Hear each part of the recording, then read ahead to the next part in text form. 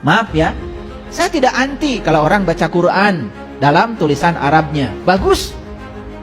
Tapi kalau seumur-umur terus-menerus baca itu saja, kapan pesan Allah yang tersimpan di surat itu sampai kepada kita?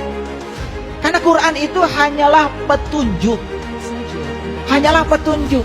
Kalau kita tidak merasa ditunjukkan apa-apa oleh Quran, berarti fungsi Quran sebagai petunjuk yang gak nyampe kepada kita. Dan itu dinyatakan di Quran surat Al-Baqarah ayat yang kedua. Setelah alif, lam, mim, berikutnya apa? Zalikal kitab la raiba fi hudan lil muttaqin. Jadi sebetulnya kitab ini hanya akan menjadi petunjuk buat mereka yang muttaqin, yang bertakwa.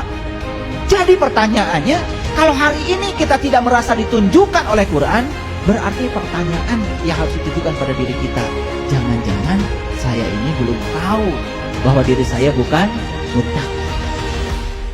Apa muttaqin? Muttaqin itu dari kata dasar takwa. Sudah tahu nggak takwa menurut Al-Quran? Sudah tahu belum? Apa takwa menurut Al-Quran? Nah, takwa menurut Quran itu dinyatakan dalam Quran surat Al-Baqarah ayat 63. Wa id akhadna mitsaqakum wa rafa'na fawqakumut tur khudu ma atainakum biquwwatin wazkuru ma fihi la'allakum tattaqun. Itu takwa.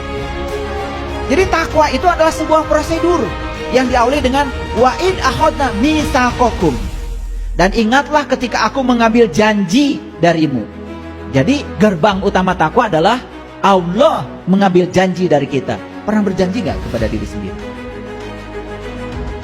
Berjanji itu harus formal. Kalau kita transaksi rumah harus formal di depan notaris, tercatat di lembaran negara, maka akan keluar yang namanya hak milik. Makanya ada pejabat pembuat akte tanah.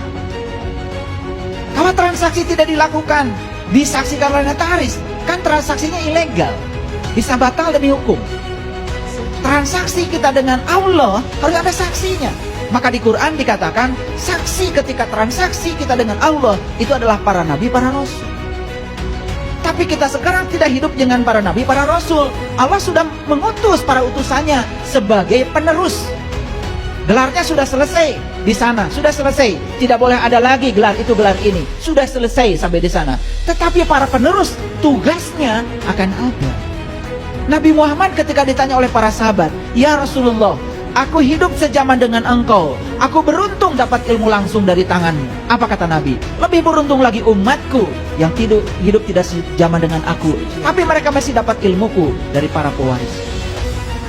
Lalu seorang sahabat bertanya pada Rasulullah, "Ya Rasulullah, siapa orang yang mewarisi ilmu?" Al-ulama, al-ulama, al-ulama warasatul anbiya.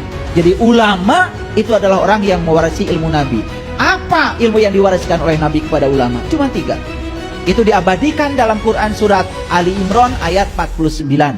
1, ciri pewaris ilmunya Nabi itu bisa membuka mata kalbu yang tertutup. Bisa membebaskan kebutaan mata kalbu, itu 1. Yang kedua, bisa membebaskan penyakit kulit. Penyakit kulit itu penyakit luar.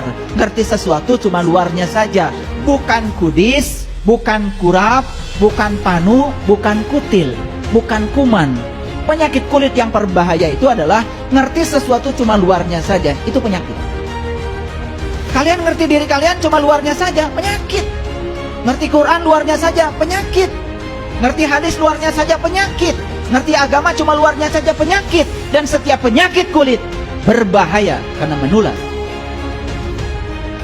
Jadi kalau kita masih gampang benci pada orang lain yang berbeda keyakinan dengan kita, itu tanda bahwa kita mengidap penyakit kulit. Dan itu sangat berbahaya untuk persatuan, sangat berbahaya untuk toleransi.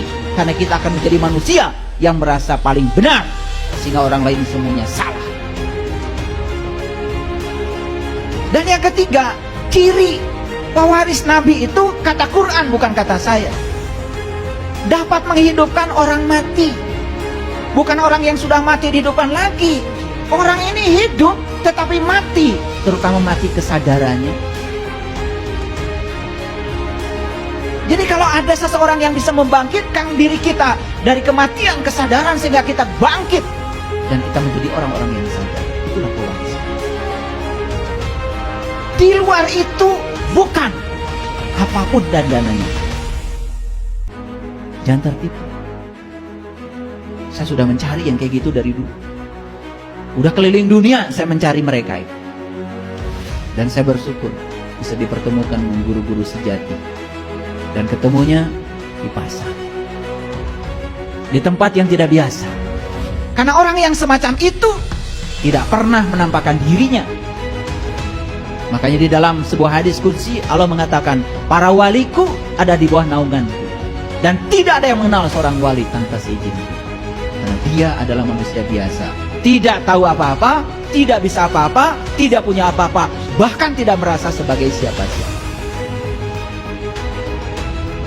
Cari yang seperti itu. Maka leluhur kita mengatakan, mencari orang yang semacam itu seperti mencari jejak elang di langit. Susah. Mencari orang yang semacam itu seperti mencari jejak itik di sungai. Susah. Dan mencari orang yang semacam itu seperti mencari jejak ikan di air. Susah. Gak ada jejak. Kalau bukan karena takdir Allah, cinta kasih Allah, gak akan ketemu. Mayyahdillahu fahuwal muhtadi wa mayyudlil falan tajidalahu waliyan mursyida. Barang siapa yang dikehendaki Allah dapat petunjuk, pasti akan bertemu guru, sang penunjuk jalan. Tapi barang siapa yang tidak dikehendaki Allah dapat petunjuk, sampai mati pun tidak akan bertemu dengan waliyan mursyida. Maka tadi ada istilah mursyid. Mursyid berkata irsyad, irsyad itu cerdas. Mursyid adalah gelar bagi orang yang sudah melampaui kecerdasan pikirannya, sudah masuk di sidratil muntaha.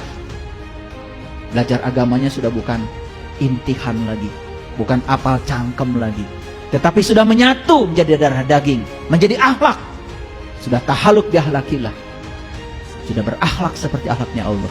Cinta kasihnya tanpa batas, tidak pernah memilah-milah. Susah cari orang semacam itu kalau bukan karena karma baik kita.